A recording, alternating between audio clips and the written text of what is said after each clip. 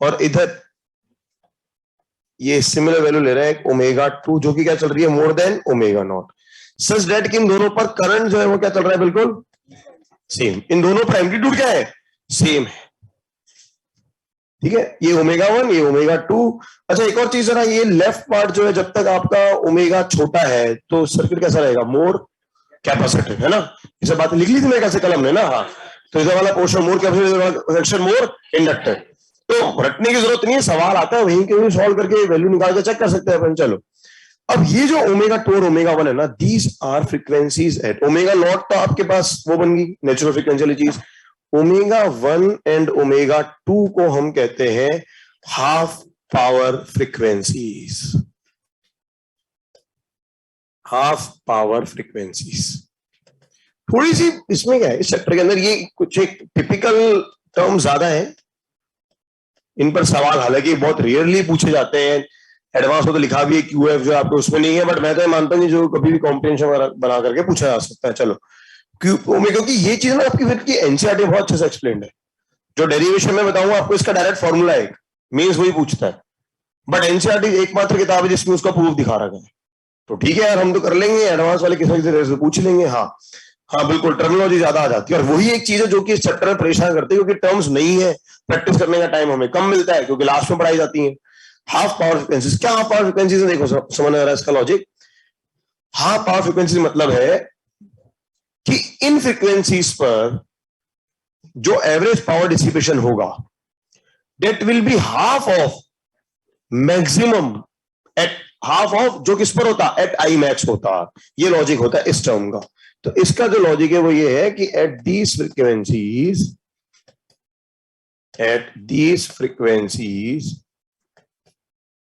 the P average of circuit is half of P average at Imax।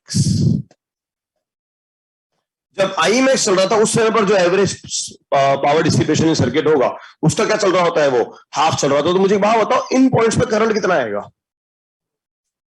बताओ जरा सोच के, इन पॉइंट्स पे करंट कितना आ रहा है, इसका मतलब। तो इसको मैं काम करता हूं पी एवरेज, ये इनको कुछ नाम दे देते हैं हम, सो पी एवरेज फ्रीक्वेंसी, तो पी एवरेज डैश कर देता हूं इसको मैं। तो पी एवरेज का फॉर्मूला क्या होता है हमारे पास, I R M S square by into R, ये लिखते हैं हम। पी एवरेज क्या चीज है, P average in general is I R M S का स्क्वायर इंटू आर। अच्छा सोच के देखो ना, वो कह रहा है ये वाली एवरेज पावर जो मैक्सिमम पर आती है उसकी क्या आ रही है हाफ। तो बहुत केयरफुली देखो, अगर मैं इस फॉर्मूले से डिराइव करता हूं तो एक तो टर्म्स को बहुत अच्छे से लिखते हुए चले हम, वरना वहां पर आप मिस्टेक कर सकते हैं। तो क्या टर्म्स बनने वाली है आपके पास यहां पर, ये देखो जरा, आपके पास टर्म बनेगी, देखना जरा, P average dash is equals to half of P average at Imax। तो P average डैश क्या बना, उस पर जो भी करंट आ रहा है उस करंट को मैं I मान रहा हूं, I डैश मान लेता हूं। चलो ये I डैश क्या है, उसकी पीक वैल्यू।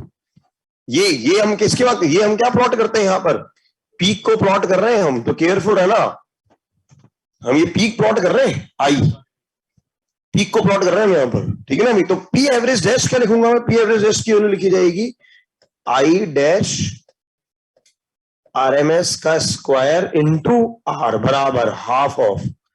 अब ये कितना आएगा, ये आएगा I max average, sorry I max RMS, I max की आरएमएस का स्क्वायर इनटू आर। समझ रहे हैं बात को। तो आई डैश बेसिकली कौन सा करंट है, आई डैश कौन सा करंट है, जब फ्रीक्वेंसीज क्या है, आई डैश क्या है, peak current eight frequencies omega 1 and omega 2। I dash is the peak current eight frequencies omega 1 and omega 2। This is your I dash, peak current eight frequencies, peak current eight frequency omega 1 and omega 2 such that in frequencies पर होता क्या है, power dissipation क्या होता है, half of कब, किसका, जो मैक्स पर हो रहा था उसका। अच्छा मैक्स पर पावर डिसिपेशन भी अपने आप ही क्या हो रहा होगा, मैक्सिमम। वो भी मैक्स हो रहा होगा, यही तो फॉर्मूला है, तो आई मैक्स चल रहा है हमारे पास। तो देखना यहां से आपके पास I dash R M S क्या आ रहा है, I dash R M S क्या आ रहा है, I dash R M S की वैल्यू आ रही है आपके पास I max R M S by root two, I max R M S by root two.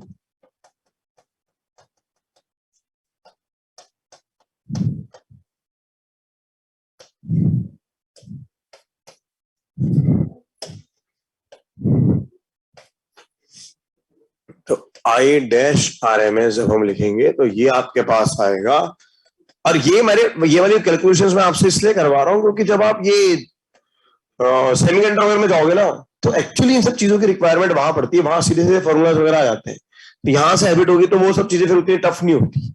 और बाकी तो सच्चाई ये है कि वो जो सेमीकंडक्टर की हम बातें करते हैं तो वो इसीलिए एडवांस रखता नहीं है सिलेबस में, क्योंकि जो एनसीईआरटी में आपको दे रखा है ना वो पूरा बेसिकली फर्स्ट सेमेस्टर होता है इंजीनियरिंग का, वो तो इन्होंने बस सेमीकंडक्टर नाम के लिए दे दिया उस टॉपिक को, बट वो राइट टाइम है नहीं उसको पढ़ने का। तो इसका मतलब आई डैश आ रहा है, आई डैश कितना बना खुद, हाँ भाई आई डैश खुद कितना बना, I max by root two, I max by root two. और आई मैक्स क्या होता है आपका, बेसिकली आई मैक्स होता है ई बाई आर, और आई डैश क्या बन रहा है, आई डैश बन रहा है E by root two R. समझे बात को, ये इसका डेरिवेशन, ये पूरा अपने अपना एक्सप्लेनेशन है इस थ्योरी का। 99% प्लेसेस पर सिर्फ वो फॉर्मूला लिखा हुआ है और बाकी लिख देते हैं हाफ पावर फ्रीक्वेंसी, बट कोई उसको तो डिटेल में जाके करता नहीं है, ठीक है, क्योंकि क्वेश्चन आया नहीं। और मुझे लगता है इस चैप्टर में है ही क्या उसके अलावा, एलसीआर सीरीज हो गया है, कभी पैरेलल भी कर लेंगे बस, ये चीजें इसको क्या एक्सप्लोर नहीं करा गया है, तो जब करेंगे तो फिर गड़बड़ हो जाएगी। ट्रांसफॉर्मर तो 10 मिनट की थ्योरी है, कुछ भी नहीं है। तो I dash is what, I max by root two, ठीक है। अच्छा तो ये ओमेगा ओमेगा टू कैसे फाइंड करें भाई, हम स्क्रीनशॉट 1 ले लें, स्क्रीनशॉट 1। हाँ भाई, तो ओमेगा टू कैसे निकाले, फाइंड ओमेगा 1 एंड ओमेगा 2। तो ये जो QF है ना, एक्चुअली ये QF is nothing but this thing, QF is omega naught upon mod omega 1 minus omega 2। ठीक है, मतलब वो डिपेंड करता है, कई किताबों में ओमेगा 2 पहले लिखा होता है, ओमेगा में बाद में लिखा होता है, फर्क नहीं पड़ रहा। तो मॉड लेना आप तो नीचे बस, ये क्यू क्वालिटी फैक्टर की डेफिनेशन है। हाँ भाई बिल्कुल, तो ये आपके पास सोच के देखो जरा, E by root two R का मतलब क्या हुआ, इस समय पर जेड कितना चल रहा है, रूट टू आर चल रहा है, खत्म। ये देखो जरा, तो कैलकुलेट कर लेते हैं बस हम।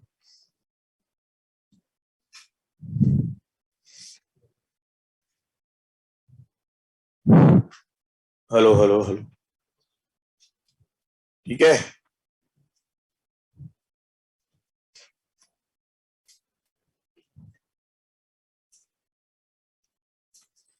तो क्या उसका डेरिवेशन करने में चीजें समझ में आती है, वरना लगता है यार ये चीज आई कहां से निकली, बाकी तो आता मेंस पे सीधा फॉर्मूला है। ये लो भाई, फॉर्मूला मुझे तो याद होता नहीं, ये लो। तो क्या कह रहा है ये अब आपको कि भाई आई मैक्स तो चल रहा है, आई मैक्स चल रहा है ई बाई आर, क्योंकि इस समय आपका जेड होता है आर, और आई डैश चल रहा है आपके पास E by root two R, क्योंकि जेड डैश कितना हो गया, जेड डैश की वैल्यू क्या हो गई, रूट टू आर। तो यहां से हम क्या फाइंड कर लेंगे, from here we will find omega 1 and omega 2। तो फाइंड ओमेगा 1 एंड ओमेगा 2, तो जल्दी बोलो भी क्या क्वेश्चन बनी, जेड बराबर क्या फॉर्मूला होता है हमारे पास, Z is actually what, Z is under root R square plus XL minus XC का होल स्क्वायर। तो रूट टू आर कब बनेगा, रूट टू आर कब बनेगा, जब XL minus XC, mod XL minus XC is equal to क्या हो जाए, आर हो जाए। ये जेड डैश लिख देते हैं यहाँ पर। यहां से दो इक्वेशंस बन रही है आपके पास, दो equation, XL is what, omega L minus 1 by omega C. Circuit more inductive कब होगा, इस वाली साइड पर है ना, जब ओमेगा 2 क्या हो ग्रेटर देन ओमेगा नॉट। इसका मतलब हम ये देखो, ये इक्वेशंस बना सकते हो आप चाहो तो ओमेगा 2L माइनस 1/ओमेगा 2C equal to plus R हो जाए, या फिर दूसरी फॉर्म क्या बनेगी? तो दूसरी फॉर्म बनेगी आपके पास दैट ओमेगा 1L माइनस 1/ओमेगा 1C equals to minus R हो जाए। आई डैश आई RMS के इक्वल है।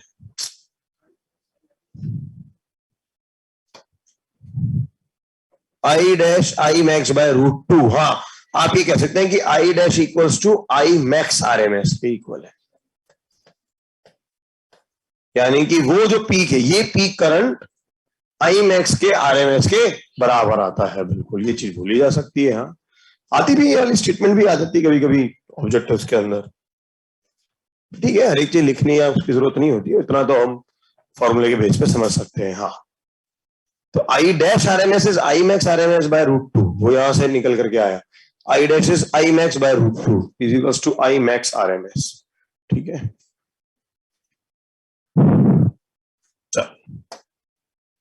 तो ये दो इक्वेशंस है, दोनों फटाफट करो सॉल्व। क्या बन रहा है हमारे पास? तो देख लो क्या बनेगा। ये बनेगा ओमेगा 2² LC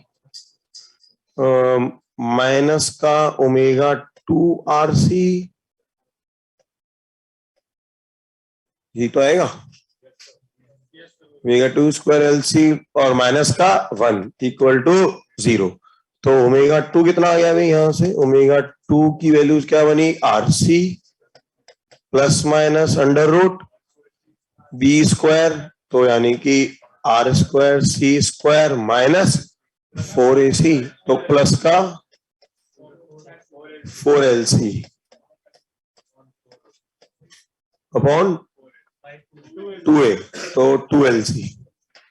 ठीक है, और ऐसे ही ओमेगा 1 के लिए इक्वेशन लिखेंगे इधर हम। तो ओमेगा 1 के लिए इक्वेशन क्या बन रही है? ओमेगा की इक्वेशन बन रही है ओमेगा 1² LC प्लस का omega 1 RC minus 1 equal to 0। तो ओमेगा 1 की वैल्यू क्या आ रही है? ओमेगा 1 की वैल्यू आ रही है अगेन माइनस RC, है ना, प्लस माइनस √ है ना। हाँ, प्लस माइनस वही आएगा, वो तो सेम आ रहा है। R²C² प्लस का 4LC अपॉन 2LC। तो ऑब्वियसली इसमें कौन सी वाली टर्म लेंगे हम? दोनों में पॉजिटिव वाले केसेस लेंगे बस। इसमें भी पॉजिटिव वाला पार्ट और इसमें भी ये पॉजिटिव वाला पार्ट। और देख लो, हमें दिख रहा है ओमेगा 2 क्या है? More than omega 1। तो दोनों के पॉजिटिव, तो ओमेगा 2 माइनस ओमेगा 1 निकालना जरा। तो डेल्टा ओमेगा क्या बना? Omega 2 minus omega 1। देखना जरा क्या वैल्यू आ रही है ओमेगा 2 माइनस ओमेगा 1 करने पर। तो RC, ये RC, तो 2RC बाय 2LC, तो RC बाय R/L खत्म। तो इसका मतलब क्वालिटी फैक्टर क्या टर्म आ जाती है? Quality factor becomes omega 0 upon del omega which is omega 0 upon R/L। So omega 0 L/R।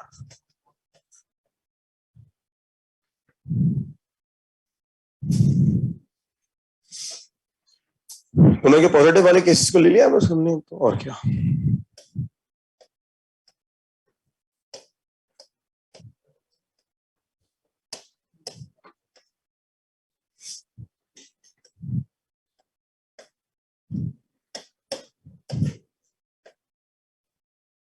अब इसकी डिफरेंट डिफरेंट फॉर्म्स लिख सकते हो आप चाहो तो। ओमेगा 0 की डिफरेंट फॉर्म्स आती हैं इसकी। ओमेगा 0 की वैल्यू डाल दो, क्या बनेगी? नॉट की वैल्यू √1/LC, तो ये बन जाएगा L/√LC इंटू R। तो ये देखो ना, L, तो ये बन जाएगा रूट का L/C1/R। तो डिफरेंट फॉर्म्स और भी कई सारी आप यहां पर लिख सकते हैं। मोस्टली तो फॉर्मूला आता है सीधा ओमेगा 0 L/R क्वालिटी फैक्टर, बस खत्म। I max RMX is equals to I dash Vishesh Gupta. हो तो यार पीछे प्रूफ बेटा विशेष क्या। तो साथ में नोट्स बनाते हो नहीं बनाते? वही साथ में लिखते भी हो गया विशेष गुप्ता? लिख रहे हो तो नहीं पूछते मेरे ख्याल से। तो फिर क्या नहीं समझ में आया इसमें?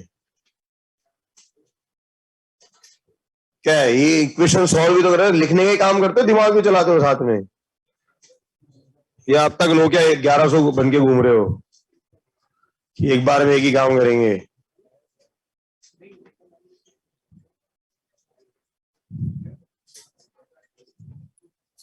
क्यों, तो ट्रेनिंग मिल चुकी है और आईफोन बनने की, है ना? मिली थी ना स्टार्टिंग में।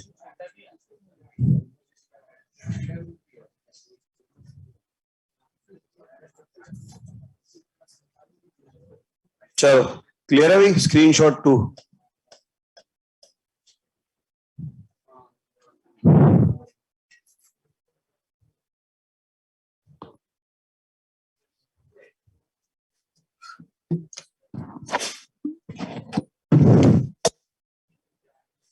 चल, तो ये आपके पास क्वालिटी फैक्टर और एक चीज ओमेगा और डेल्टा यार, इस पर डायरेक्ट क्वेश्चंस मतलब मेंस वगैरह पूछे जाएंगे, बाकी तो आपसे कोई ऐसा पूछेगा नहीं। चल तो बढ़ते हैं आगे। क्लियर यहां तक? ठीक है। ट्रांसफॉर्मर तो अभी मैं शीट उठाऊंगा डिस्कशन के लिए, तभी बता दूंगा 10 मिनट। जो उसका बेसिक लॉजिक है वो लिखना है एक बार, और कुछ नहीं करना, बाकी सारा शीट में दे रखा है। वो एनर्जी लॉसेस वॉसेस सब समझा रखे हैं, लिखे हुए हैं वो सब, उसमें क्या करना है। चलो एक आध अच्छा सवाल करते हैं पैरेलल सर्किट्स का। ये लेके एडवांस वाला देख लो, शीट में क्वेश्चन है कि नहीं है, होना चाहिए वैसे ये, क्योंकि अब ये आईआईटी के अच्छे सवालों में से एक है। मुझे जी एडवांस वाला एक सवाल करवाना है। हाँ ये मतलब ये मेरे हिसाब से जेई एडवांस की बात करें हम, quality factor so simple language में कैसे डिफाइन करेंगे? कोई डेफिनेशन नहीं है बेटा उसकी एज सच। क्वालिटी फैक्टर कोई डेफिनेशन नहीं है उसकी एज सच, बस ये इतना बता रखा है। मतलब उसको आप एक तरह से शार्पनेस ऑफ द कर्व समझ सकते हो ना भाई। ये देखो ना, शार्पनेस का मतलब क्या हुआ? अब भाई जितना ये चीज ज्यादा हो और ये पास होंगे तो डेल्टा ओमेगा क्या हो गया? कम। तो डेल्टा ओमेगा जितना कम हो गया, हाँ मैं उसकी थोड़ी सी आपको एक फील जरूर दे सकता हूँ। ये कुछ जैसे आजकल तो ऐसे क्या चल रही है, रेडियो में ऑटो ट्यूनिंग होती है। अच्छा चलो एक मिनट रुको, हाँ चलो इसका एक कॉन्सेप्ट समझाता हूँ एक्चुअली में क्या हो रहा है। हालांकि वो चीज कम्युनिकेशन में भी आ सकती है हमारे पास, बट हम यहाँ समझेंगे तो ज्यादा बेटर है, क्योंकि हम पढ़ रहे हैं कि ये जो आप बार बार कह रहे हो भाई रेजोनेंस फ्रीक्वेंसी ओमेगा नॉट, ये क्या चीज शो कर रही होती है? एक आजकल तो खैर ऑटो ट्यूनिंग होती है रेडियो वगैरह सब में। वो पुराने रेडियो याद हो तो उसमें गोल डायल था, उसको घुमाते थे। वो पॉइंट एक ही है, अब वो ऑटो में हो रहा है, वो ऑटो मोड में चल रहा है, तो उस समय पे उसको मैन्युअली ऑपरेट करते थे। चीज क्या होती है समझना एक्चुअली में। जैसे रेडियो, वो आपको कोई पर्टिकुलर रेडियो एफएम चैनल है 98.3। 98.3 क्या? मेगाहर्ट्ज। समझ रहे हो? वो उस पर्टिकुलर फ्रीक्वेंसी पर आता है। अब क्या होता है, एक तो आप जब रेडियो ट्यून करते हो, मैनुअल में देखा तो डायरेक्ट वही जाकर रुक जाता है वो, ओके, जब वो सॉरी ऑटो में, मैनुअल में क्या करते थे, जब आप उसके आसपास आते हो तो भी एक साउंड थोड़ा सुनने में आता है। अच्छा एक्चुअली पता है मैनुअल सेटअप आप करते क्या हो? जब वो मैनुअल सेटअप आप करते थे ना, उसको वो डायल को गोल घुमा रहे हो, आप कैपेसिटर की वैल्यू, वो जो सेटअप है रेडियो का, उसके अंदर प्लेट्स के बीच की दूरी वगैरह फिक्स वो चेंज कर रहे होते थे। उससे पता है क्या हो रहा है? एल और सी चेंज हो रहे हैं। किस तरह से? कि उस रेडियो वो जो आप सेट कर रहे हो उसकी नेचुरल फ्रीक्वेंसी कितनी हो जाए? √1/LC, जो कि किसके बराबर हो जाए? जो फ्रीक्वेंसी आपको कैच करानी है। अरे अभी भी जो वो मूवीज के अंदर हम देखते हैं ट्रांसफर फ्रीक्वेंसी कैच करने की कोशिश करते हैं, वो ऑटो वाली नहीं, तो उनके मैनुअली यूज करते हैं ज्यादातर अभी भी मोस्टली, क्योंकि ऑटो होती तो वो बहुत इजी चीज, मतलब वो तो ऑटो तब होगा ना जब वो आपके पास एक रेंज हो कोई कि किस रेंज से किस रेंज में आ सकते हैं, और सिग्नल्स भी बहुत स्ट्रॉन्ग चाहिए। तो वहां पे उन्होंने देखा हो जो मूवीज वगैरह दिखाते हैं अक्सर कि वॉर्स वगैरह कोशिश करते हैं कि एनिमीज की फ्रीक्वेंसी हम कैच कर सके। वो बेसिकली क्या कर रहे हैं, तो ट्रांसमिशन चैनल से उनको चेंज करने का मतलब है आप एलसी वाले टर्म्स में कर रहे हो, चेंज कर रहे हो। तो एलसी में भी मोस्टली हम कैपेसिटर को एडजस्ट करते हैं, उसकी प्लेट्स की दूरियां वगैरह सेट की जाती है ताकि वो जो आपका जो रेडियो है उसकी फ्रीक्वेंसी √1/LC किसके बराबर हो जाए? जो फ्रीक्वेंसी आपको कैच करनी है, ताकि आप जो भी चीज लेना चाह रहे हो उसका एम्पलीट्यूड क्या हो जाए? मैक्सिमम हो जाएगा। मतलब आपको वो क्वालिटी प्रॉपर मिल सके बस। Getting it? क्वालिटी फैक्टर हालांकि डायरेक्टली उस क्वालिटी से लिंक नहीं होती कि हमें वो बहुत प्रॉपर मिल जाए साउंड। क्वालिटी फैक्टर तो अपने आप में बस ये डेफिनेशन है जो कि शो करता है कि हम थोड़ा सा इसके आसपास होते हैं, हमें डिस्टर्बेंसेस वगैरह हियर करने शुरू हो जाते हैं। कई बार कुछ चैनल्स में होते हैं, कुछ चैनल्स में नहीं होते, तो जिनमें हो रहे हैं इसका क्वालिटी फैक्टर बेटर है कि आप थोड़ा सा लेफ्ट राइट भी गए तो आप क्या कर पा रहे हो, उस फ्रीक्वेंसी को कैच कर पा रहे हो। आपको आइडिया लग रहा है ना यार कि हाँ यार कहीं ना कहीं कुछ चल रहा है, थोड़ा लेफ्ट राइट हुए तो आपने उसको कैच कर लिया बस। बट वो जो सारी ट्यूनिंग है ना, वो जो ट्यूनिंग, हाँ सॉरी, वो जो वर्ड इज ट्यूनिंग, जब आप उसको ट्यून करते हो रेडियो को, तो ट्यूनिंग के अंदर आप क्या कर रहे होते हो, आप कैपेसिटर की वैल्यू को चेंज कर रहे होते हो ताकि आप ये चीज, वो ड्राइविंग फ्रीक्वेंसी को इस रूट 1/LC के रिस्पॉन्डिंग ला सके और उस फ्रीक्वेंसी को क्या कर सके, कैच। अब वो जो कैच फ्रीक्वेंसी है ना, बेसिकली वो चीज जब मैं आपको कम्युनिकेशन पढ़ाऊंगा तब समझ में आएगा कि यार हम वो रेडियो बेसिकली वर्क करता कैसे है।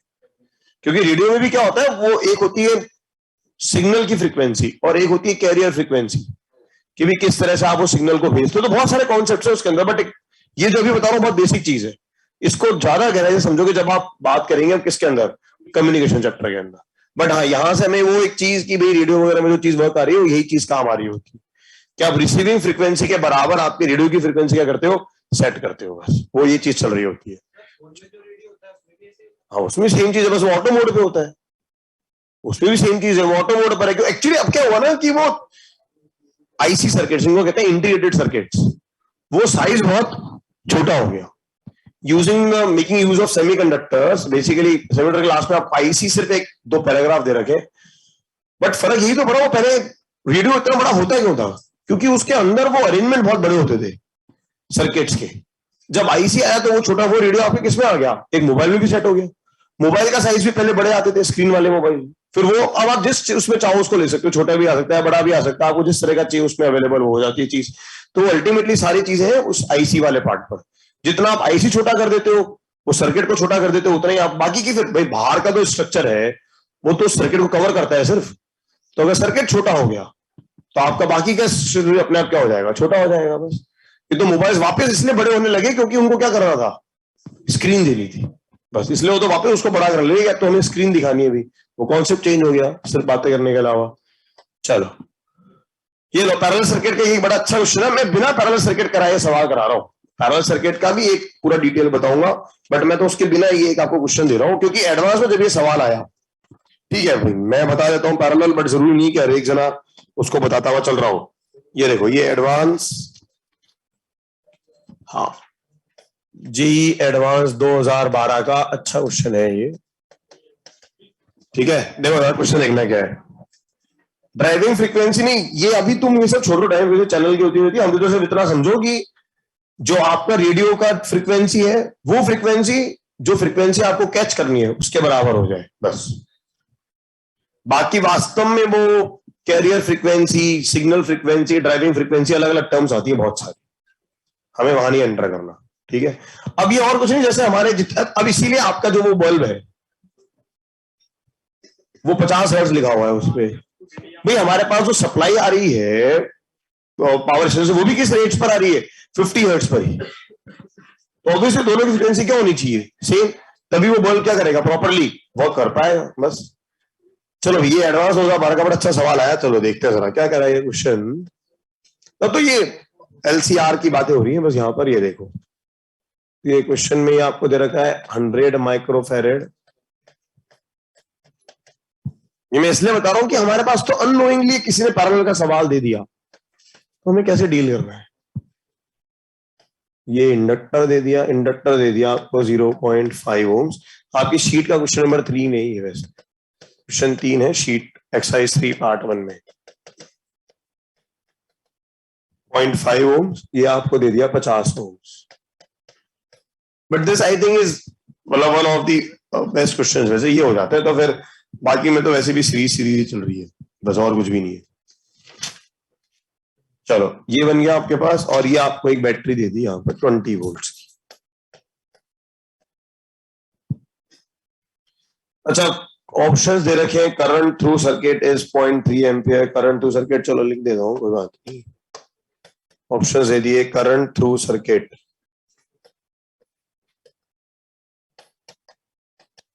Current through circuit I is 0.3 ampere. अब एक कंफ्यूजन जो यहां पर आता है ना, वो ये आता है कि अब ये आई लिखा है इन्होंने, तो उसको क्या ले भाई? अरे आरएमएस ही लो ना, वो तो अब यार वो बार बार आरएमएस होना लिख के देगा, जब कुछ नहीं है तो उसको क्या मानना होता है हमें? आरएमएस। और कोई चाहे तो ये आरएमएस है, तो ये 20 वोल्ट भी क्या मानेंगे हम? आरएमएस। किसी को लगे पीक मानना है तो पीक मान के सॉल्व करना, आंसर में कोई फर्क नहीं आएगा तुम्हारे। तो I is 0.3 ampere. Option B दिया, current through circuit I is 0.3 √2 ampere. उनकी पूरी कोशिश थी कंफ्यूज करने की भी, कि तुम अगर आरएमएस निकाल लो फिर उसके बाद पीक करो तो ये वाली फॉर्म लिख दो, तो समझो अगर ये आरएमएस मान रहे तो ये भी क्या है? आरएमएस में। बस अभी लिख भी दूंगा इस चीज को। नेक्स्ट आया voltage across. Next term I voltage across 100 ohm resistor. 100 ohm resistor is equals to 10 √2 volt, and option D is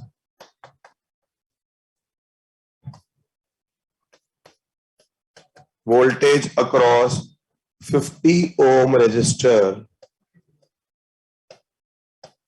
is equals to 10 volt। अब देखो जरा एक तो चीज ध्यान रखें हम, कि अगर हम इस वाली वैल्यू को आरएमएस मान लें, ये आरएमएस है, तो ये वोल्टेज, ये सारा कुछ हम किस में कैलकुलेट कर रहे हैं? आरएमएस में। और वो सारी बातें हम आरएमएस के हिसाब से करते हुए चल रहे होंगे, ठीक है ना अभी? चलो, तो ये 20 वोल्ट ई आरएमएस, तो बेसिकली हमें क्या पता लग रहा है? हमें तो ई आरएमएस क्या दिख रहा है? ई आरएमएस इज 20 वोल्ट, ठीक है? तक अच्छा, इसने ओमेगा दे दिया 100 रेडियन पर सेकंड। ओमेगा गिवन है 100 रेडियन पर सेकंड।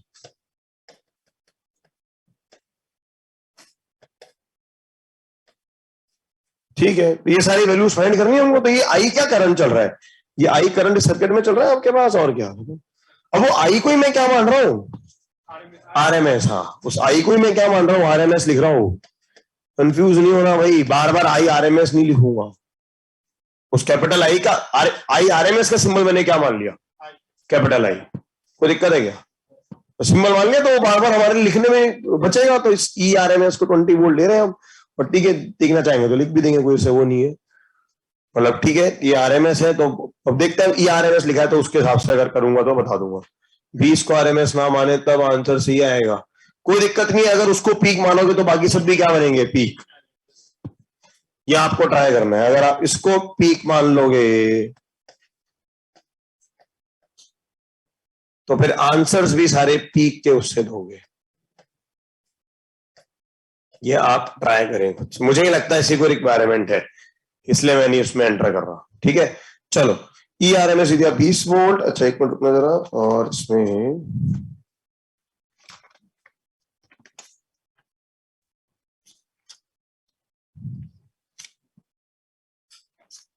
अच्छा, इन्होंने पता है, हाँ, इसलिए मुझे एक सवाल इसलिए पता है, इसमें पता है इन्होंने जो आंसर दिए थे, इन्होंने आंसर जो आपको दिए थे, जो जेई की शीट में आंसर आए थे, जो जेई वालों ने आंसर की रिलीज की थी, उसमें उन्होंने आंसर दिया एसी और सी।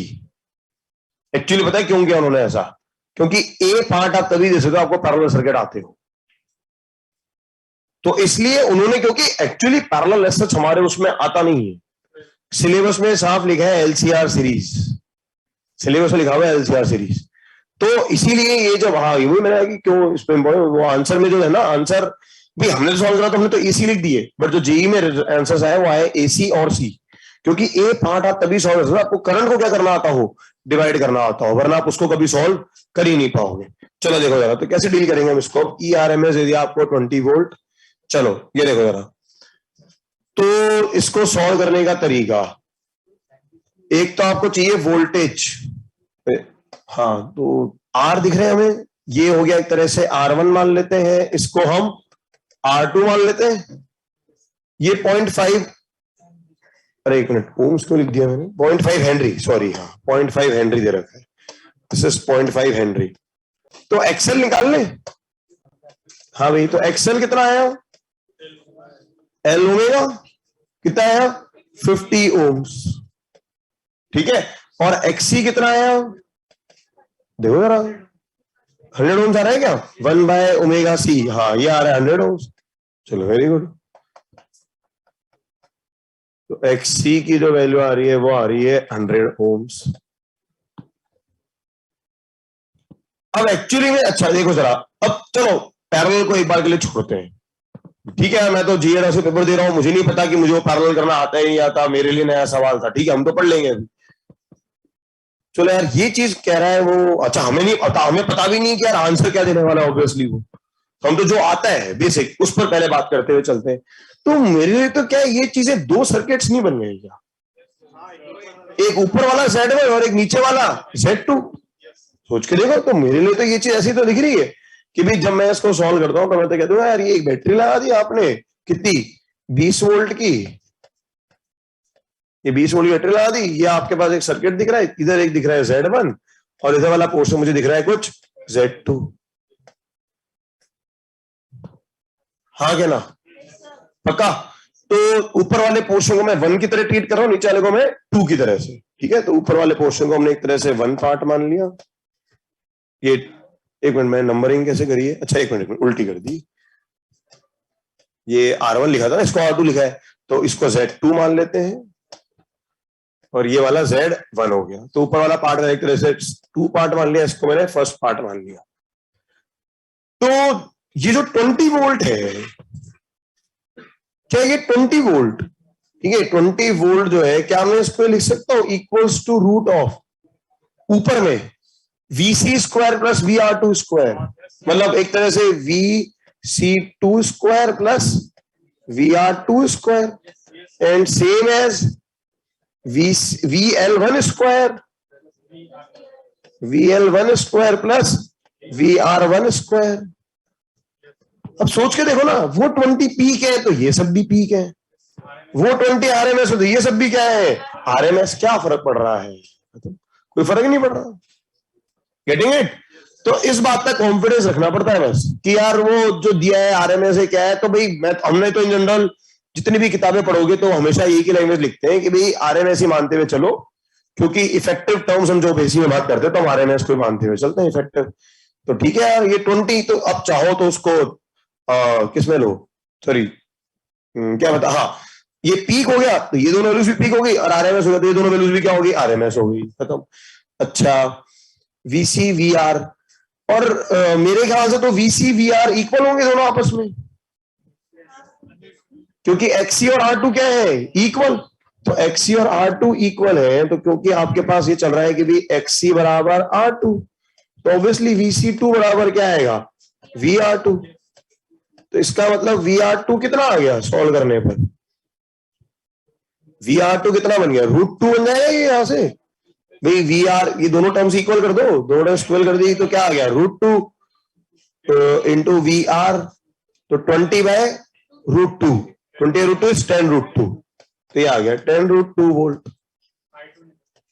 ठीक है ना भाई? एक मिनट एंड यहां पर अगर ध्यान देंगे हम तो XL बराबर क्या चल रहा है R1, XL बराबर R1 चल रहा है, तो XL बराबर R1 चल रहा है, तो VC1 बराबर वो VL1 बराबर VR1, तो VL1 बराबर VR1, तो इसका मतलब ये वैल्यूज भी दोनों आपस में कितनी आती है, ये वैल्यूज भी आती है 10√2 वोल्ट। तो इसका कौन सा आंसर सही हो गया? सी आ गया बिल्कुल, डी तो गलत हो गया,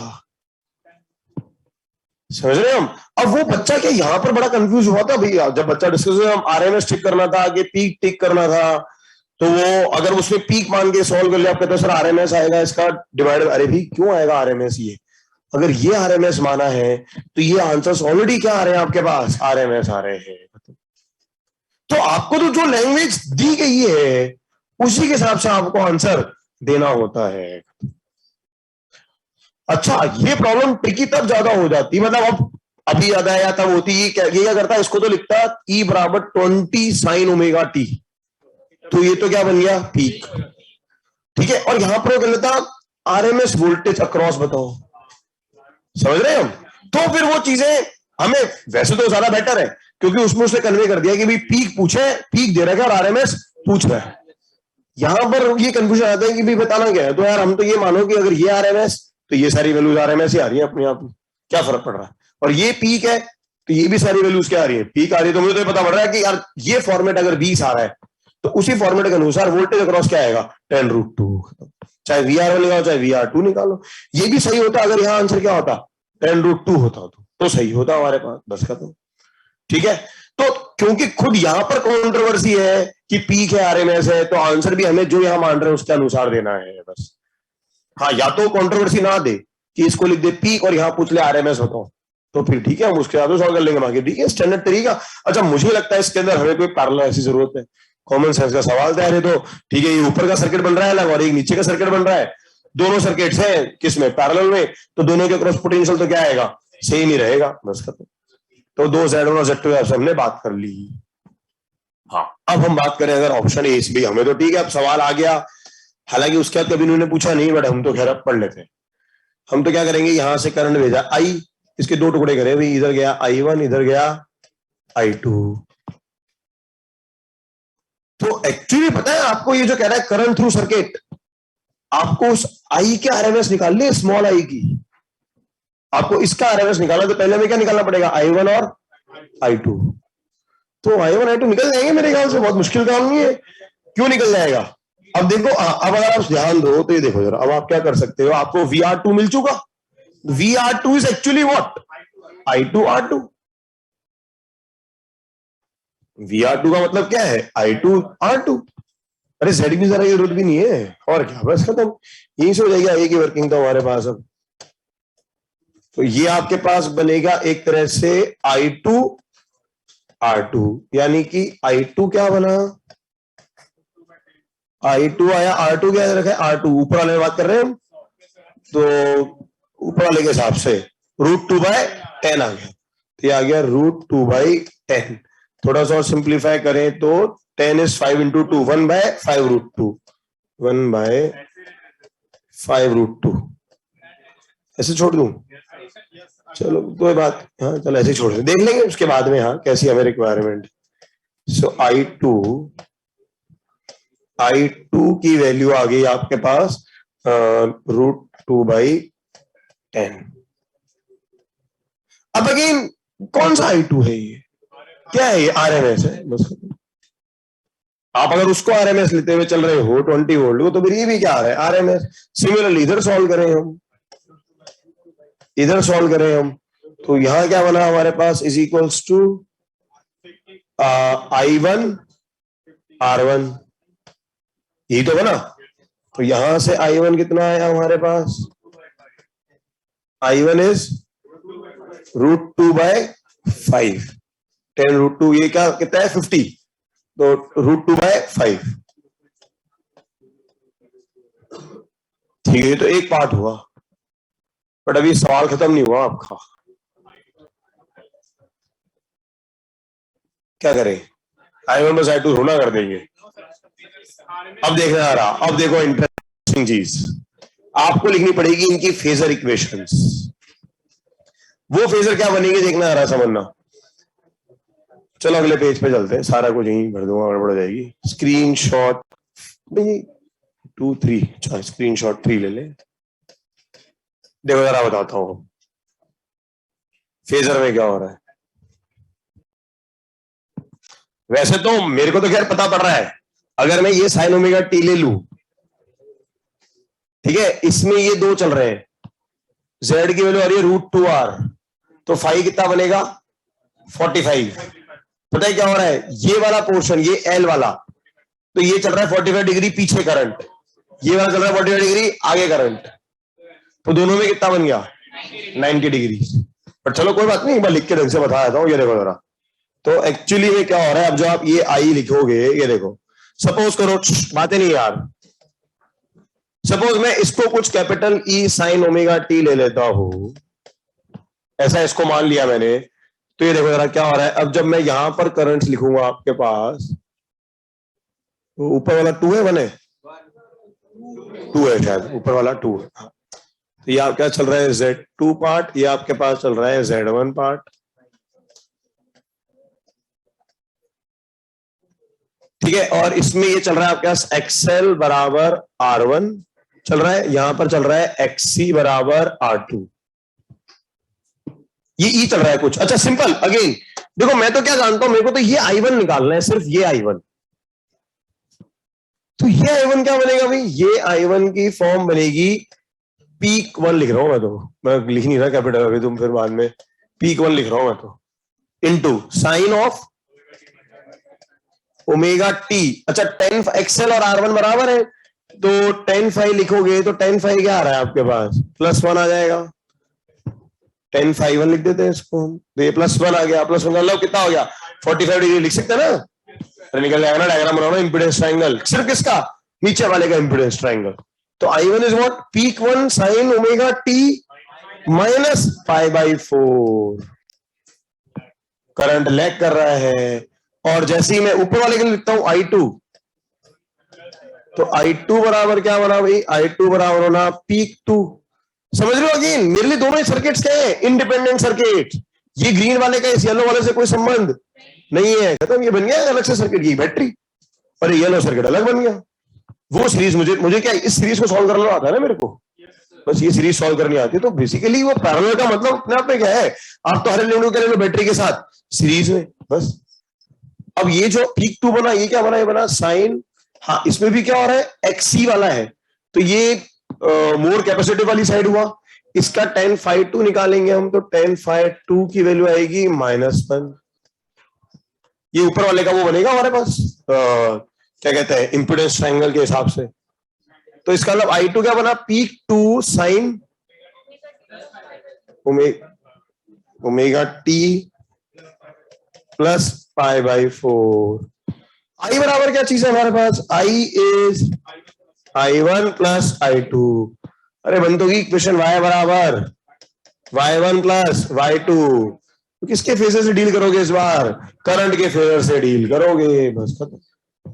तो वो जो पीक रिजल्टेंट आने वाला है, peak of net square, peak net square बराबर क्या, पीक नेट क्या बनेगा, पीक नेट बनेगा आपके पास √ पीक 1 का स्क्वायर प्लस पीक 2 का स्क्वायर।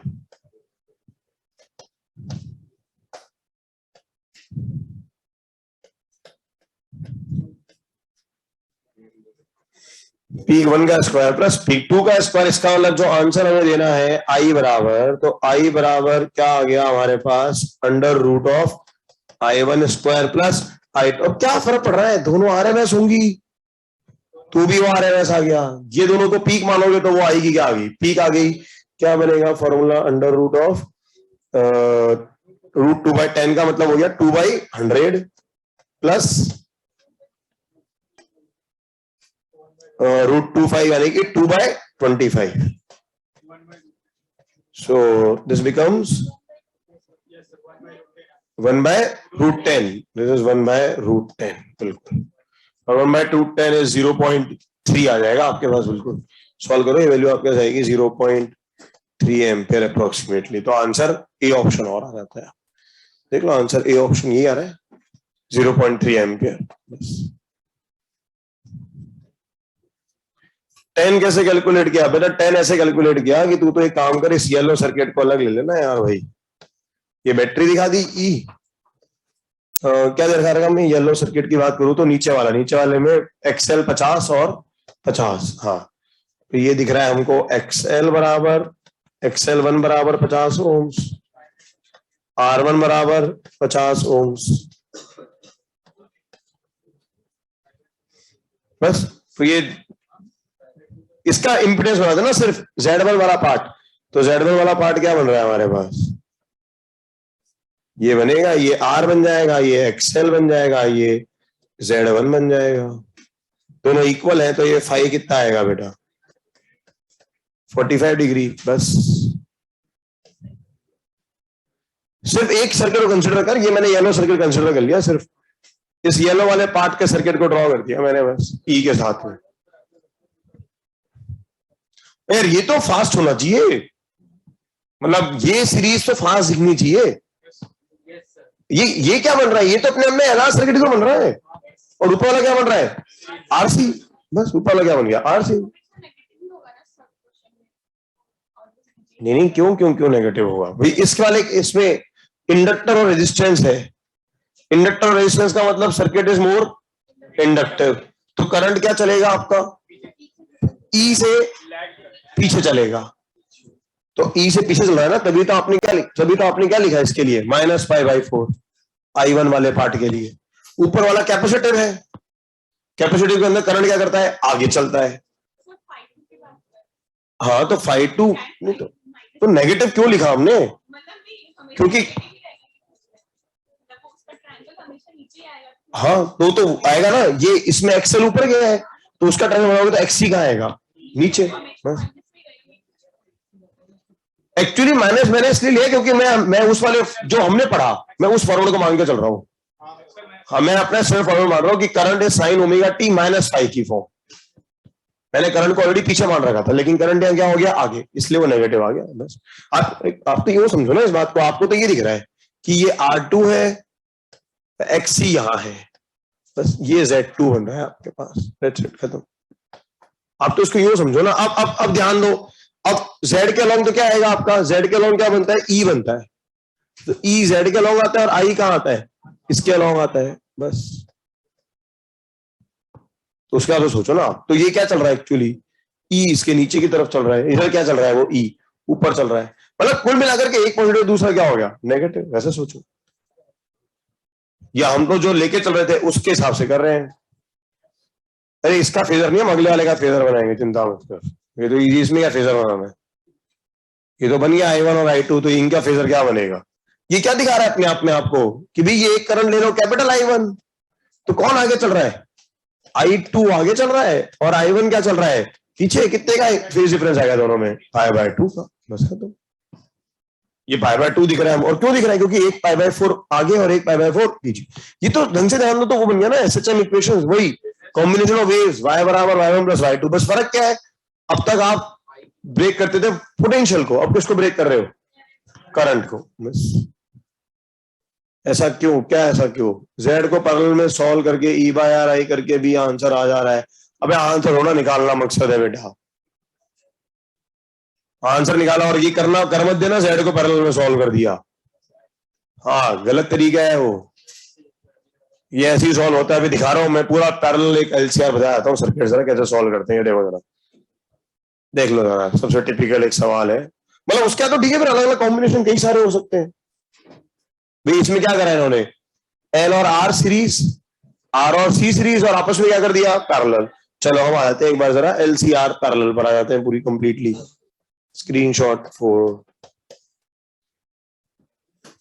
तो समझना ही तो ये है कि आपको डिवाइड इसको करना है करंट का, और फेजर किसका बनाना है, करंट का, बस।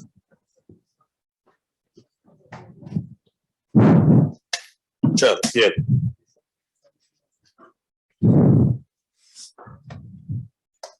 ये लो एक एग्जांपल देख लो जरा, LCR पैरेलल।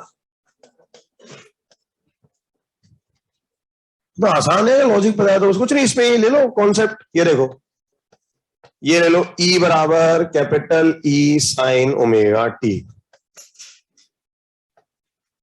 ये आप लगा दें, एक रजिस्टर लगा दें, फिर आप एक कैपेसिटर लगा दें, और फिर आप एक इंडक्टर लगा दें। तो मेरे को तो अपने आप में क्या दिख रहे हैं, ये 3 सर्किट दिख रहे हैं। अब तो यहां से कोई करंट अगर आप I भेजोगे तो इस I के क्या टुकड़े बने, ये बना I1, ये बना I2, ये बना I3। अरे हाँ क्या ना, अच्छा अब एक पार्ट को देखें, सर्किट 1 को वाले पार्ट को देखें, तो सर्किट 1 का मतलब क्या है, बेसिकली स्मॉल VR किसके बराबर आएगा, E के, या इनफैक्ट चलो ये तो हम वैसे भी लिख देते हैं, ये तो हमें पता ही है भाई, हर बार इस तीनों आपस में पैरेलल में। तो अब की बार देखो ध्यान रखना, अब की बार क्या हो रहा है, आपका इक्वेशन बन रही है किसी भी इंस्टेंट पर आपके पास इक्वेशन है, स्मॉल VR बराबर स्मॉल VC बराबर स्मॉल VL बराबर E के। लेकिन करंट क्या हो रखा है, बल्कि I बराबर I1 + I2 + I3, ये तो करेंगे।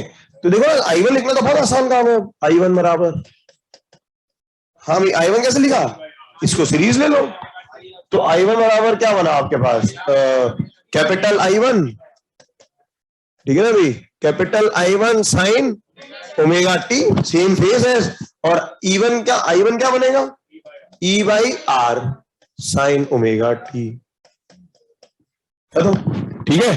अच्छा I2 देखिए जरा, तो I2 क्या बना भाई, I2 बना capital I2 sine of omega T, क्या चलेगा वो कैपेसिटर में आइस आगे चलता है, तो प्लस पाई बाय 2 बन गया। और I3 I2, तो I2 क्या चीज बनी, I2 is what, capital E by XC की फॉर्म, बिल्कुल, into sine of omega T plus pi by 2। और I3 की बात करें हम, तो I3 बराबर कैपिटल I3 साइन ऑफ, ये क्यों, ये इक्वेशन कैसे लिख पा रहे हैं हम, इंडिविजुअल सीरीज कनेक्ट करते हुए, इंडिविजुअल सीरीज कनेक्ट करते, कैपेसिटर पीछे चलता है ना, अरे आइस, बस कैपेसिटर में आइस, करंट क्या रहता है, आगे चलता है, बस खत्म, और क्या बस। तो VC लिखो या E लिखो, बात तो एक ही है, क्योंकि VC और E दोनों क्या चल रहे हैं, बराबर चल रहे हैं, बस LED आइस में, तो I आगे चलता है बस। तो I3 sine omega T minus pi by 2 is equals to E by XL sine omega T minus pi by 2, बस। तो KCL वैलिड हो, ये इक्वेशन कहां से आई बेटा, KCL तो आई विद्या निवास मिश्रा। अरे लूप को घूमूंगा तो VR माइनस ई बराबर 0 ही तो आ रहा है, और क्या आ रहा है, इस लूप को घूमने पर VR माइनस ई बराबर 0। KCL तो हमेशा वैलिड है, KCL नहीं कब करा कि मेरी इक्वेशन से डायरेक्ट करने के लिए वैलिड है, बल्कि सेमीकंडक्टर भी कईयों को बहुत कॉम्प्लेक्स लगता है, क्योंकि वो उसमें KCL नहीं लगाते, KCL लगा दो वो पूरा सब कुछ और है नहीं चैप्टर के अंदर, बस उतना ही लगाना होता है, और लगाते नहीं है या ढंग से आता नहीं, तो बस फिर वहां गड़बड़ हो जाती है। चलो, ये तो किसका फेजर बन गया, अब करंट का फेजर बन गया, और क्या, ये तो करंट का फेजर दिख रहा है हमको, और क्या, ये और ये क्या बन गया हमारे पास, फेजर ऑफ करंट्स।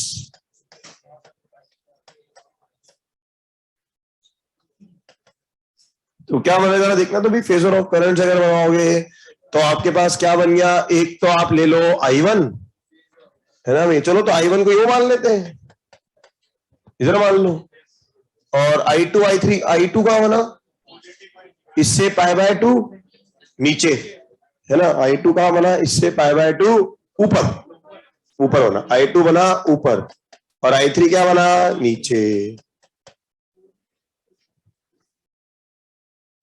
तो रिजल्टेंट वो करेंगे हम,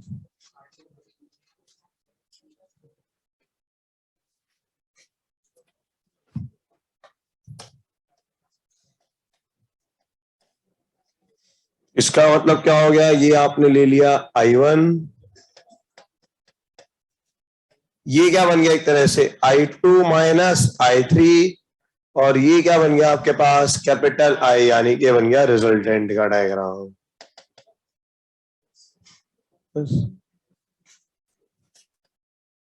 तो I बराबर एक्चुअली क्या आ गया आपके पास एक तरह से, सो I बराबर under root I1 square plus I2 minus I3 का होल स्क्वायर। क्लियर है। अच्छा ये देख लेना, वो I1 का मतलब R चल रहा है, I2 का मतलब C से चल रहा है, वो देख लेना। अच्छा तो स्क्वायर आ गया, इसलिए कोई फर्क पड़ नहीं रहा आपके पास। अच्छा अगेन अब यहां पर अगर आपको इंपीडेंस देखना है, ये देखो ये एंगल, तो इसमें मैंने काम करा है कि हाँ I2 के हिसाब से I2 को बड़ा मान लिया है, कोई बात नहीं, ठीक है। एक तरह से डायग्राम जब बना रहा हूं तो मैं I2 more than I3, I2 more than I3 का मतलब जरा देखना, तो क्या मान रहा हूं मैं, XC लेस देन XL, यहां उससे मतलब नहीं मोर इलेक्ट्रिक कैपेसिटिव से, यहां पर क्या चल रहा है, XC लेस देन XL हो गया। और क्या वैल्यू आ गई हमारे पास, हाँ ठीक है, वैसे कह तो सकते हैं XC लेस देन XL है, तो हम बोलेंगे तो ये कि मोर क्या है, सर्किट ऑन इंडक्टिव साइड है, ठीक है, बोल सकते ही है। तो 10 क्या दिख रहा है, यहां से देखेंगे हम अगर, तो 10 is what, 10 is I2 minus I3 by I1। अच्छा अब जरा देखो एक डिफरेंस, मेजर डिफरेंस। अब की बार एक काम करो, आई को आप इसकी फॉर्म में लिख दो। I is what, E by Z. Capital I जो होगा वो एक्चुअली क्या बनेगा, एक तरह से ई बाई जेड रहेगा। अरे हाँ क्या ना। अच्छा आई वन को क्या लिख सकते हैं हम, ई बाई आर। देख लो सारे ई क्या हो गए, कैंसिल आउट। देखो फॉर्म क्या बन रही है, 1/z बराबर क्या आ रहा है, under root of 1/r² plus 1/xc minus 1/xl का होल स्क्वायर। इस ट्रायंगल का इंपीडेंस पूछा जा सकता है आपसे, मतलब यहां पूछेगा इंपीडेंस की वैल्यू, तो इंपीडेंस की वैल्यू 1/z है, z है। अरे इंपीडेंस तो z ही है, इंपीडेंस तो z ही है। आई तो ई बाई जेड ही लिख रहे हो आप बस। और ऐसे ये tan फाई देखो जरा, tan फाई क्या आ रहा है, tan phi I two is what E by X C. देखो tan फाई क्या आ गया, 1/xc minus 1/xl upon 1/r। ये tan फाई की वैल्यू आ गई। कर लो कुछ भी सॉल्व, क्या दिक्कत है, कुछ भी पूछता रहे इसमें, करने दो कोई भी कॉम्बिनेशन। कॉम्प्लेक्स तो क्या है कि आपको लिमिट ही नहीं ना, पर कायदे से एक्चुअली पैरेलल आधा नहीं है। पर वो यार देखो ऐसा है कि आईआईटी ने बोनस देने का मतलब, बोनस का 2 आंसर देने का लॉजिक यही था, वो बता तो नहीं हमने ऐसा क्यों किया। बट और तो कोई रीजन हो नहीं सकता ए सी और या फिर सी देने का, कि भी आपको पैरेलल वाली चीज शायद सिलेबस में नहीं है। बट अब ये है कि भी मान लो कल को सवाल आ जाए तो आप तो भी पूरा, आपको तो पढ़ाया गया है, तो हम ये असम्पशन नहीं ले सकते कि वो फिर से अब की बार ऐसा कुछ कर देंगे। वैसे भी आईआईटी गलतियां हो जाती हैं, बट गलतियां रिपीट नहीं होती, कि एक गलती जो एक बार कर दी उसको दोबारा भी करने बैठ जाए। या तो हो सकता है कॉम्प्रिहेंशन बना दे, गिवन अ पैरेलल एलसीआर, अब सॉल्व कर लो खत्म बस। तो कॉम्प्रिहेंशन बना के तो पूछ ही सकता है कुछ भी, तो ये करना है बस आपको, ये लॉजिक समझ में आना चाहिए हमको। tan फाई वाली फॉर्म में कैसे लिखा, tan फाई 1/r की फॉर्म में, अरे सारे करंट्स को लिख दिया ना, ई ई ई क्या हो गया हर तरफ से कैंसिल, ये ले, ये देख करंट्स की वैल्यू डाल दे, ये ई लिख दे, इसको भी ई लिख दे, इसको भी ई लिख दे, और फिर ई क्या कर दे, कैंसिल आउट। फिर ई को क्या कर दो, cancel, E cancel E cancel E cancel, that's it,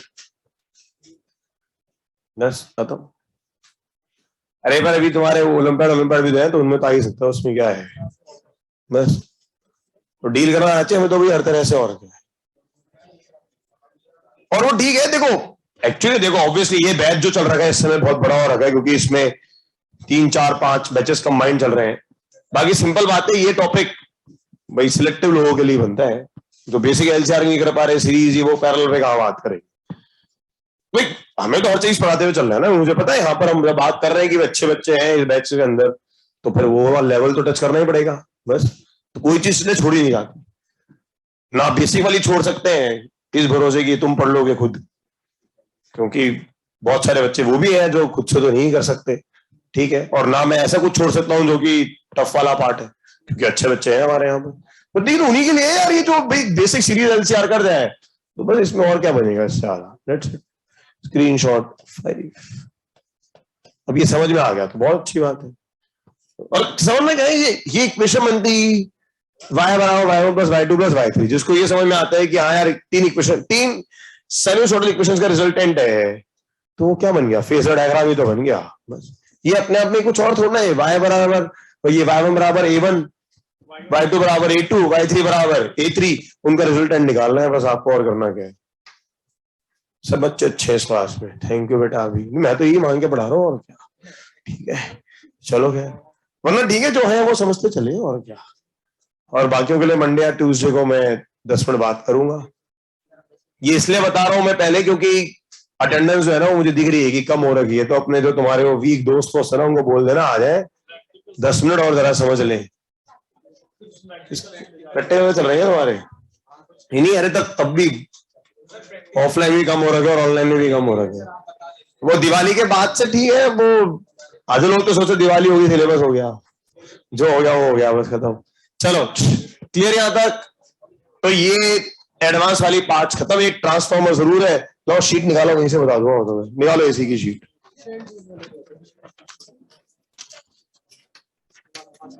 sheet में आ जाएगा सारा कुछ। सब लिखा हुआ, वो तो एक लॉजिक बताना है बस, और क्या करना है।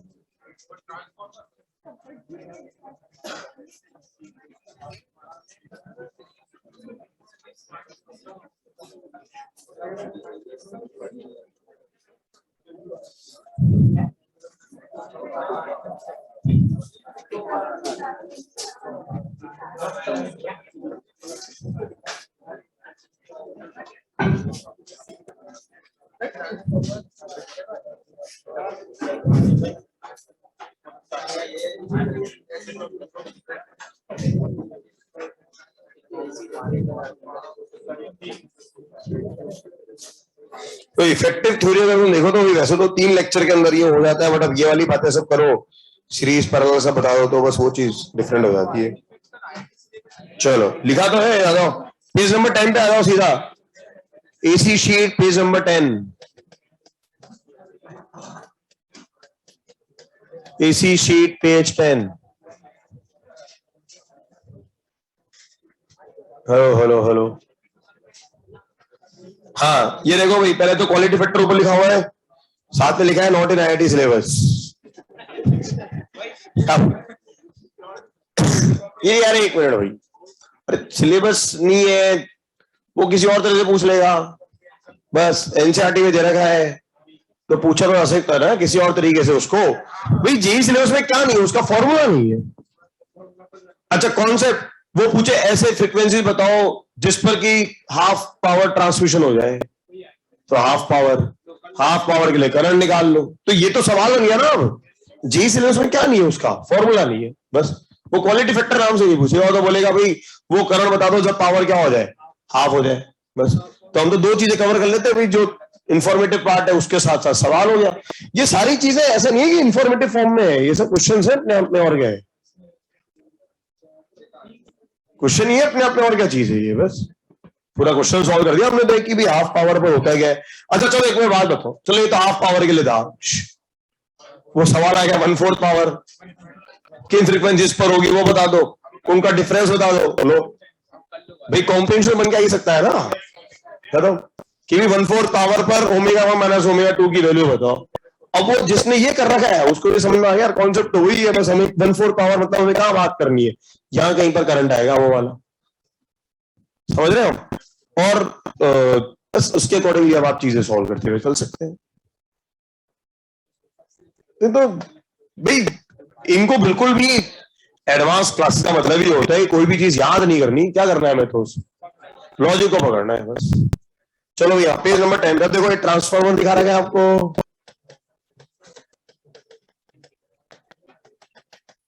सो ट्रांसफार्मर में देखो इसने क्या बताया आपको, टर्न्स रेशियो, ट्रांसफर छोड़ दो, देखो ये दो हिस्से, ये देखो ये दो पार्ट्स दिख रहे हैं आपको इधर, ये एक है आपके पास, बातें नहीं यार, प्राइमरी पार्ट, और एक तरफ क्या बन रखा है, सेकेंडरी पार्ट। अच्छा इसमें भी अलग अलग तरह के वो होते हैं ट्रांसफॉर्मर्स, को टाइप, कॉइल टाइप, मतलब 2-3 तरह की होती है, हमारे पास उससे कोई मतलब नहीं, हमें तो दो चीजें दिखती है बस, एक तरफ दिखता है प्राइमरी सर्किट, ये एक दिख रहा है प्राइमरी, और एक होता है आपके पास secondary.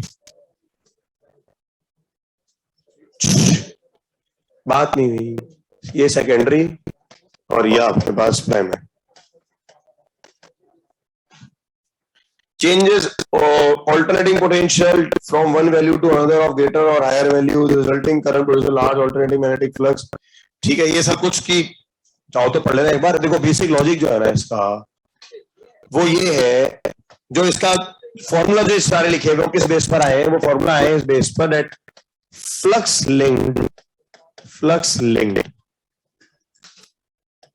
through each coil of primary, through each coil of primary is equals to flux linked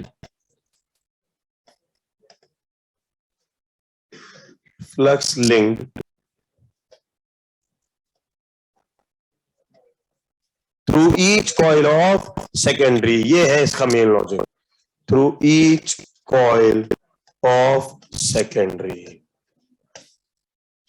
अब अगर ध्यान दो, एक्चुअली पता है क्या अरेंजमेंट है, देखो इसको अगर आप उस डायग्राम को भी देखो, आपको दिख रहा है ये, देखो ये आगे कहीं से कनेक्ट हो रखा है, ये ऐसे कहीं से कनेक्ट हो रखा है, ठीक है। एक तरह से ये जो है ना, ये ईपी प्राइमरी वोल्टेज हो गया, और ऐसे इधर देखोगे तो ये यहां पर एक कनेक्शन हो गया, ये बन गया एक ईएस, ये क्या हो गया आपके पास, सेकेंडरी वोल्टेज हो गया।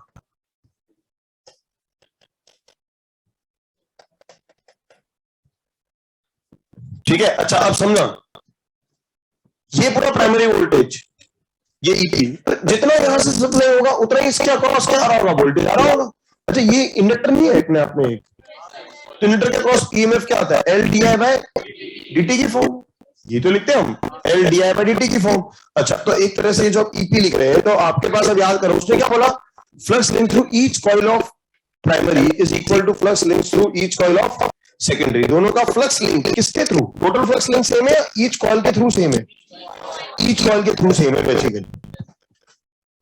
तो एक बात बताओ ना, जब मैं यहाँ पर ईपी लिखूंगा, इधर जब मैं ईपी लिखूंगा, ईपी, ई से ईपी मतलब हो गया इधर वाला जो ईएमएफ आप प्राइमरी सप्लाई कर रहे हो, तो वो जो ईपी की फॉर्म आने वाली है, यहां पर हमें नंबर ऑफ टर्न्स माने एनपी, यहां माने एनएस, तो ये फॉर्म क्या आने वाली, फॉर्म आने वाली है NP into D phi P by D T. NP तो क्या हुआ, टोटल टर्न्स, और D phi P by D T क्या हुआ, flux through, change of flux through each single coil. ये तो पढ़ते हैं हम। इधर की तरफ इक्वेशन क्या बनी, ई एस बराबर N S D phi S by D T. यहां एस से क्या मतलब चल रहा है, secondary, flux link through each coil of. अच्छा ईच कॉइल से अगर फ्लक्स लिंक सेम है, तो ईच कॉइल के थ्रू फ्लक्स रेट की चेंज भी क्या होगी, सेम होगी। तो आपको क्या चीजें इक्वल करनी है, D five by D T वाला पार्ट आपको क्या करना है, दोनों तरफ इक्वल करना है, बिल्कुल। तो आपको जो चीजें इक्वेट करनी है, तो आपको जो रिजल्ट समझ में आ रहा है वो ये है, that basically D phi P by D T is same as D phi S by D T through each single coil of primary and secondary. तो इसके बेस पर आपको क्या रिजल्ट मिल गया, ईपी अपॉन एनपी।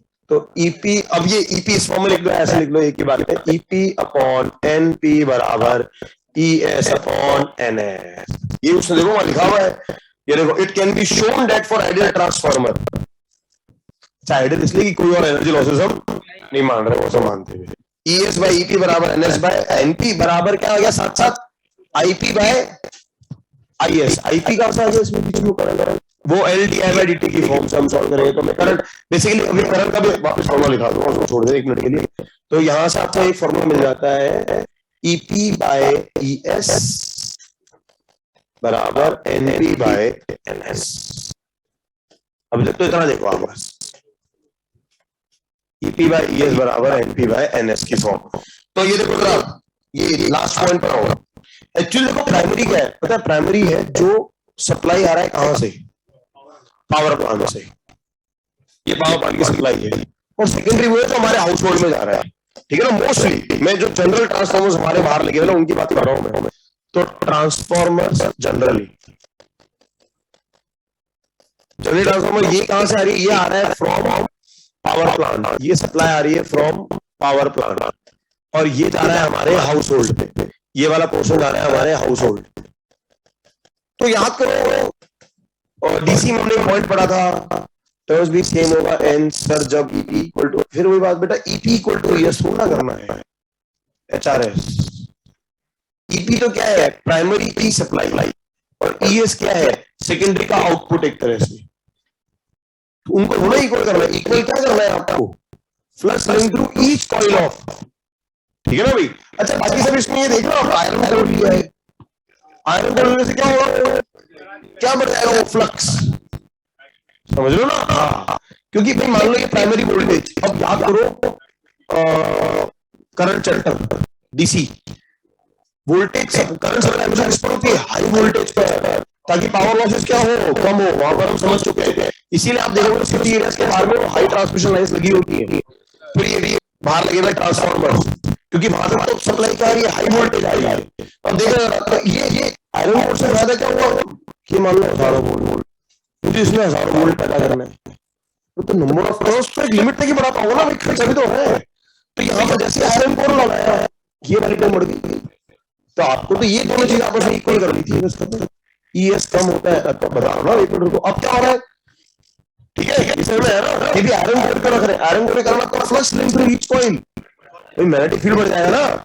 अरे ये तो वो कॉइल सोलेनोइड, सोलेनोइड के अंदर आपने क्या रख दिया, एक मटेरियल, कैसा मटेरियल, फेरोमैग्नेटिक, तो फील्ड क्या हो गया, कई गुना बढ़ गया, फील्ड कई गुना बढ़ गया तो उसका फ्लक्स भी कई गुना बढ़ गया, बस खत्म। तो आपको तो इसको इसके बराबर करना है, तो बराबर तो हमेशा रहेगा। ये एक सर्किट चल रहा है, तो ईपी बराबर इसमें जो इंड्यूस होगा उसके क्रॉस आ जाएगा, बस खत्म। तो ये फॉर्मूला आ गया, ईपी बाय ईएस बराबर एनपी बाय एनएस। अच्छा देखो इसमें जल्द लास्ट पेज रखिए आपका टर्म्स, स्टेप अप और स्टेप डाउन। तो स्टेप डाउन लिखा हुआ एक टर्म देखो, पेज नंबर 10 पे नीचे लिखा है स्टेप डाउन। तो जनरल ट्रांसफॉर्मर जो हमारे पास अवेलेबल होते हैं वो होते हैं स्टेप डाउन। स्टेप डाउन का उसने क्या समझाया है, देखो समझना, आपके पास प्राइमरी वोल्टेज आता है बहुत हाई, लेकिन आपको सेकेंडरी क्या करना है, कम। तो ये कम कब होगा, जब एनपी क्या होगा, ईपी को आपको क्या करना है, ईपी बाय एनपी, हाँ ठीक कह रहे हैं, ईपी बाय एनपी बराबर ES by NS. EP by ES general transformer के लिए ये चीज क्या होनी चाहिए आपके पास, लेस देन 1, मतलब प्राइमरी क्या होता है, सॉरी मोर देन 1। हाँ प्राइमरी ज्यादा होता है, स्टेप डाउन का मतलब मुझे क्या करना है, सेकेंडरी का वोल्टेज कम करना है। स्टेप डाउन मतलब मुझे सेकेंडरी का वोल्टेज क्या करना होता है, कम करना होता है, that is ES is less than EP. तो ईएस लेस देन ईपी का मतलब क्या आ रहा है, अगर देख लो तो ईएस छोटा है तो यानी कि एनपी क्या आ रहा है, ज्यादा आ रहा है, तो यानी कि एनएस लेस देन एनपी हो जाएगा। तो ऐसा ट्रांसफार्मर क्या कहलाता है, स्टेप डाउन ट्रांसफार्मर। तो वही चीज आप समझाएंगे, ये स्टेप डाउन ट्रांसफार्मर। अच्छा एफिशिएंसी अलग चीज है, एफिशिएंसी का सवाल जो बनता है वो अलग बनता है। एफिशिएंसी का सवाल तो ये है कि जितनी एनर्जी आपके प्राइमरी से लिंक होगी उतनी किससे लिंक हो जाए, सेकेंडरी से, यानी कि पावर का कोई लॉस ना हो। तो एफिशिएंसी का लिंक जो है वो तो ये होता है। तो ये जो कह रहे हैं ना आइडियल ट्रांसफार्मर या 100% एफिशिएंट, तो 100% एफिशिएंसी का मतलब होता है, हालांकि कभी हो सकती है क्या 100% efficiency implies let's say power consumption का मतलब है जैसे ईपी इनटू आईपी, अरे ईवी आईवी सॉरी ईपीआई है बराबर ईएस इनटू आईएस। देखो वो वाला फॉर्मूला भी लिख लिया, इसलिए ईएस बाय ईपी क्या आ रहा है, आईपी बाय आईएस। ये देखो हम लोग लिख रहे हैं ES by EP equals to IP by IS के फॉर्म। हाँ तो ये आया ना, ईपी बाय ईएस जो आ रहा है वो किसके इक्वल आ रहा है आपके पास, EP by ES equals to IS by IP. कौन सा रास्ता, अबे पावर क्या होती है सर्किट की, आईवी, ठीक है। अच्छा अब बोले 90% एफिशिएंसी समझना, ये इनपुट है और ये आउटपुट है, ये इनपुट पावर है, ये इनपुट है और ये क्या है आउटपुट। तो 90% एफिशिएंसी क्या होगा, इधर 0.9 है और output is 0.9 times of input. इससे अलग मैथमेटिक्स में होती है। एक सवाल है एडवांस के अंदर पोटेंशियल अच्छा तरीके से पढ़ना होता, तुम्हारे डीसी वाले लॉजिक के साथ में काम करते हैं, लॉजिक लगाओगे कुछ भी नहीं, बाकी आता ये मीन्स के अंदर है मोस्टली, बड़ा एडवांस में एक बारीक सवाल आ गया है, बट बेसिक है, बेसिक का यूज करते हुए। और इसके अलावा ट्रांसफार्मर, हाँ ये एक और चीज पूछ था पेज नंबर 11 का, देख एनर्जी लॉसेस। हाँ क्या हो जाएगा, हाँ failure in damage voltage spike, ये फिलहाल ध्यान में रखो, इसको समझाने के लिए ये अभी नहीं आ पाऊंगा, ये आपको नजर आएगा जब मैं आपको सेमीकंडक्टर वाला पार्ट मारूंगा, वहां नजर आएगा ये ध्यान रखना। ये चीज पूछ भी जाती है कभी कभी, तो ये क्या जा रहा है कि अगर आपका ईपी का ग्राफ ऐसा बन रहा है,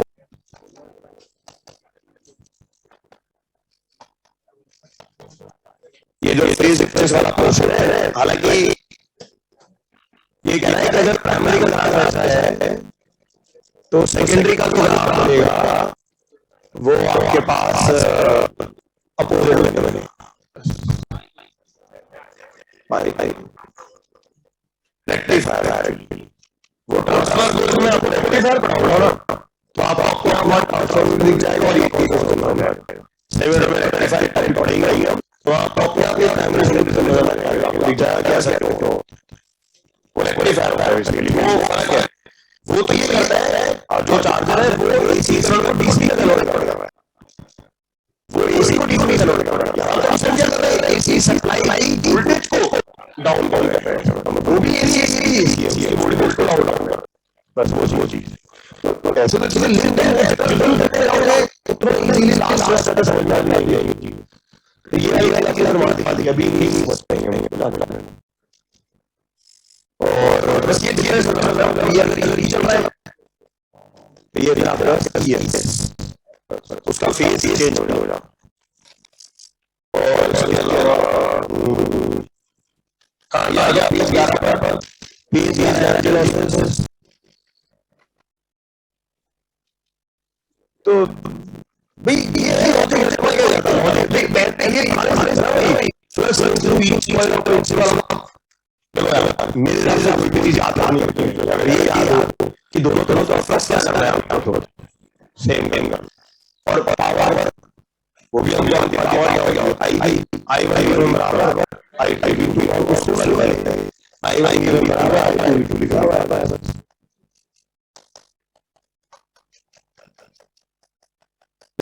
लिखा हुआ फ्लक्स वाले कैसे वही ट्रांसफार्मर के वर्किंग पर फ्लक्स वाले स्टेटमेंट में that's how transformer is designed actually, उसके डिजाइन का बेसिक कांसेप्ट है वो।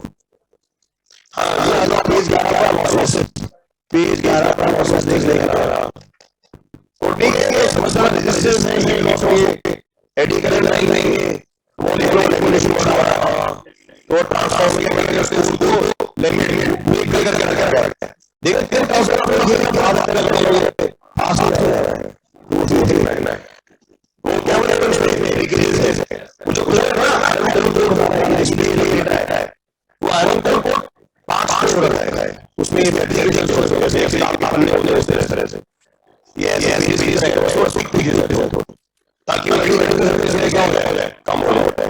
और डिस्टेंसेस इलेक्ट्रोमैग्नेटिक कॉन्सेप्ट ठीक है ना, क्योंकि क्या हो समझना ना ये कोई इजी लाइफ एक रोड पॉइंट रहेगा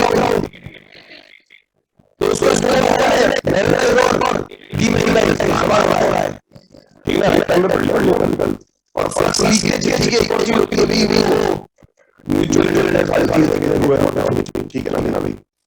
the flux of primary is not all only cylinder core is design, ठीक है, तो उसको फ्लक्स लीकेज कहते हैं हम बेसिकली।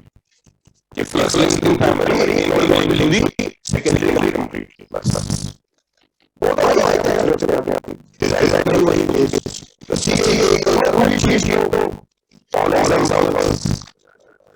अभी एग्जांपल सारे हम कोई डाउट हो तो उसमें एग्जांपल उनमें से किस वजह से निकल गई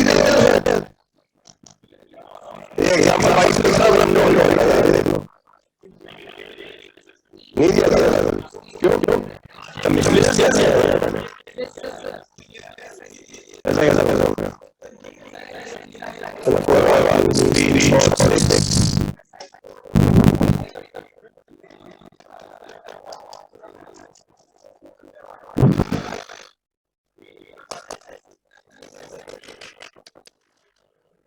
इसी का काम करके आता है मैं वो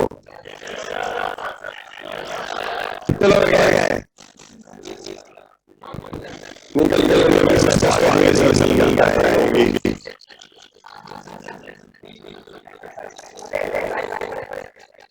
चलो देख रहे हो आज शाम क्लास में मेरा शाम क्लास लिया वो इंतजार हो गया बच्चों जानते हैं खत्म हो गए तो इसीलिए तो मंदिर से सुनते थे एक आने से बता रहा हूँ तो मंदिर से ऑल एग्जाम्स पर लो कुछ भी होना है भाई ऑल एग्जाम्स कर रहे हो यार पूरी छोटे छोटे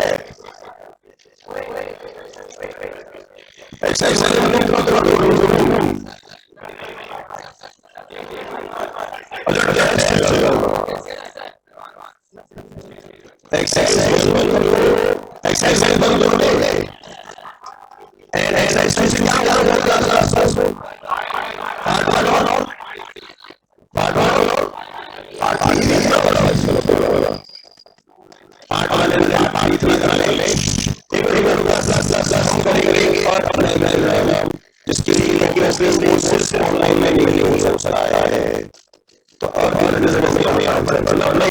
इसके लिए मैं ऑलरेडी बात भी अब चुका हूँ ये डायरेक्शन है वर्टिकल और ये डायरेक्शन है हॉरिजॉन्टल इसको दिमाग में सेट करके रखें मेरी बात कभी समझ नहीं आएगा जब तुम्हारे लिए मैं आएगा इंग्लिश की प्रोसेस नहीं समझ आएगा वो क्योंकि ये बताया था और हमारी इंग्लिश में सुन रहे कभी दिखाई नहीं कैसे कैसे लगता बस ठीक है ना भाई तो ये चीज से जाना हमारी बॉलीवुड को अच्छा ऐसा है ये तो बॉलीवुड में क्लास नहीं की था वैसे ऐसे करेक्ट नहीं बताया बढ़िया बढ़िया हमने ध्यान दें मोस्टली ऑनलाइन साइट में नहीं चलता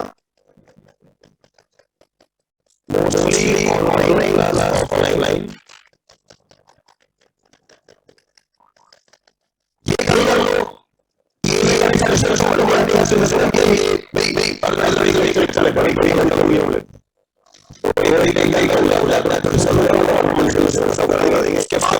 करेंगे मॉडल और मॉडल देंगे वो भी ऑफलाइन में चलेगा लेकिन कंप्लीटली ऑनलाइन है कोशिश करूंगा क्लासेस की कंप्लीटली ऑनलाइन कर एक होने वाली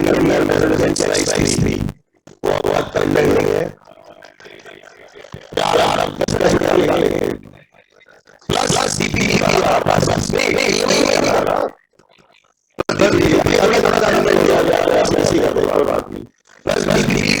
ये कंप्लीट ऑनलाइन कोशिश है कुछ ऐसा क्लासेस के थ्रू ठीक है अरे ये आ जाएगा पहले उसका सिलेबस आ रहा है ठीक है डीवीडी में तो थोड़ा सा याद रखते हैं ये नहीं बिल्कुल आता आ जाएगा तो सिलेबस में लिख दिया हां भैया ऐसा वाले बच्चे कह रहे हैं ऑनलाइन नहीं कभी कभी लेने मेरे पूछा है और डीवीडी कम आ जाएंगे हम सभी कल मिलेंगे क्लास कल चलिए बढ़िया